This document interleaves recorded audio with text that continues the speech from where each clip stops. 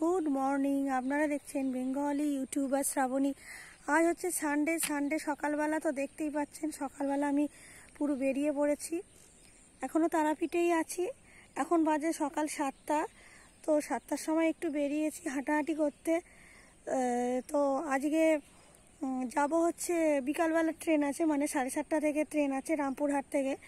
তো আজকেই চলে যাব, তাই মনটা খুব খারাপ লাগছে। আর রোদও উঠে গেছে, 7টা বাজে কিন্তু প্রচুর রোদ উঠে গেছে। তো একটু ঘোরাঘুরি করছি, বেশ ফ্রেশ হাওয়া। আর এখানটা এতটাই ফাঁকা, দেখুন প্রচুর ফাঁকা, দারুণ ফাঁকা আর খুব সুন্দর লাগছে। একদম ফ্রেশ এয়ার, মানে সকালবেলাটা যে মুক্ত বাতাস সেটা খুব ভালো মানে পাওয়া যাচ্ছে।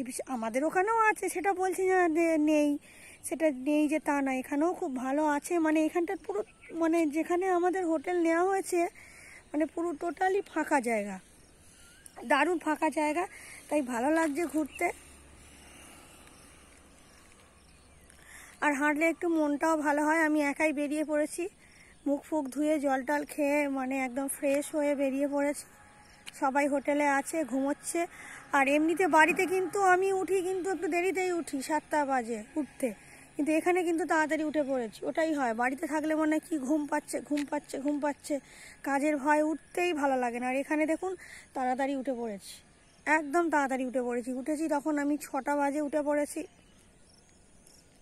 আর এখানে কি কাজ হচ্ছে না, তো শুধু বসে আছি আর ঘুরছি, ওই জন্য ঘুমটা হচ্ছে না ঠিকঠাক, ওই জন্য। আর বাড়িতে কি কাজ করি, তো যার জন্য ঘুমটা প্রচণ্ড ধরে, মনে হয় যেন এই ভালো লাগছে না, পরে উঠবো।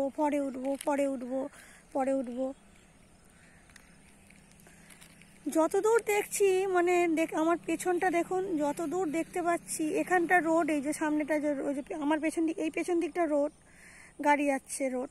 কিন্তু এই দুপাশে মানে দুপাশে হচ্ছে একদম ধান জমি, চাষ হয় যাকে বলে ধান, পুরো ধান জমিতে ভর্তি একদম। আর বীরভূম, বর্ধমান এগুলো তো ধান জমিরই জায়গা, ধান চাষ হয়।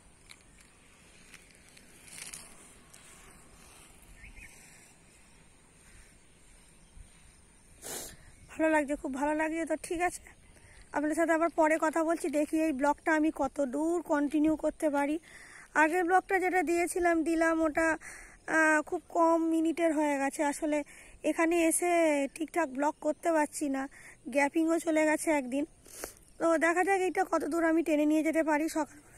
সকাল থেকে তো শুরু করলাম, চেষ্টা করব করার জন্য, ঠিক আছে।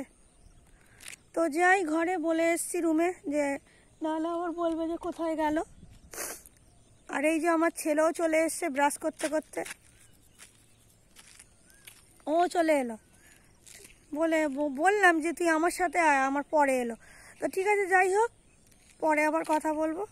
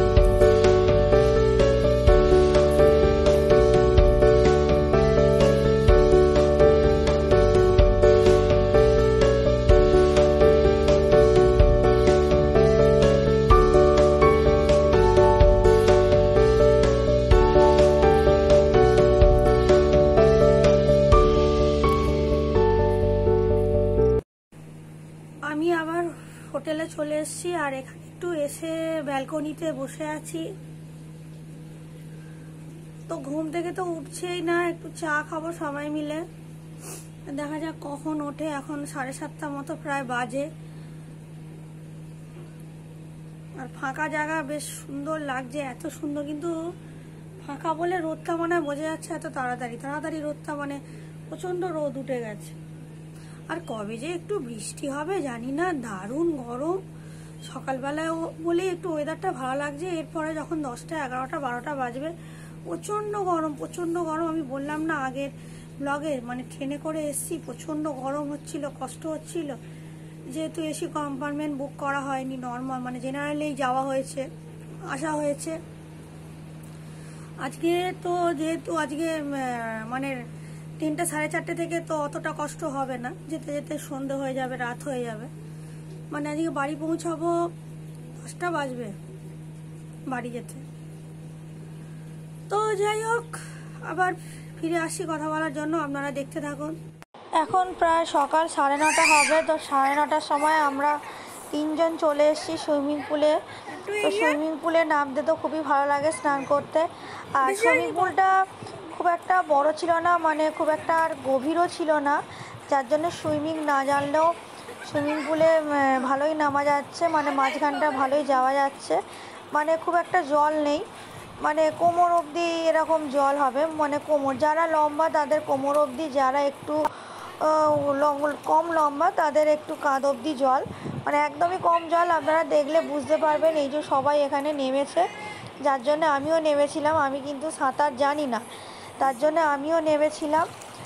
সাঁতার না জানলেও হবে। আর যে সুইমিং পুলগুলোতে জল খুব বেশি গভীর, সেখানে তো দূরে নামাই যাবে না, সুইমিং না জানলে তো নামাই যাবে না। তো দেখুন, একটু এনজয় করলাম সুইমিং পুলে নেমে, তো ভালোই লাগলো। আর এই কোথাও বেড়াতে এলে এই ফ্যামিলির এই এনজয়গুলোই রয়ে যায়, আর কিছু না। আর মাঝে মাঝে কোথাও বেড়াতে গেলে ভালোও লাগে, আর একঘেয়েমি জীবন থেকেও ছুটি পাওয়া যায়, তাই এনজয় করতে খুবই ভালো লাগে। 1টা মতো বাজে, তাই আমরা সবাই মিলে লাঞ্চ করে নিচ্ছি, কারণ আমাদের ট্রেনের টাইম হচ্ছে 4:30, তাই একটু খাওয়া দাওয়া করে রেস্ট নিয়ে নেওয়া হবে, তাই তাড়াতাড়ি আজকে একটু খেতে বসা হয়েছে। তো চলুন খেয়ে নেওয়া যাক। বন্ধুরা, এখন বাজে হচ্ছে প্রায় 2:30 বেজে গেছে, আর আমাদের লাঞ্চ খাওয়া হয়ে গেছে। লাঞ্চ খেয়ে দিয়ে বসে আছি। এবার 4:30 যেহেতু ট্রেন, তো এখান থেকে রওনা দেবো হোটেল থেকে 3:30।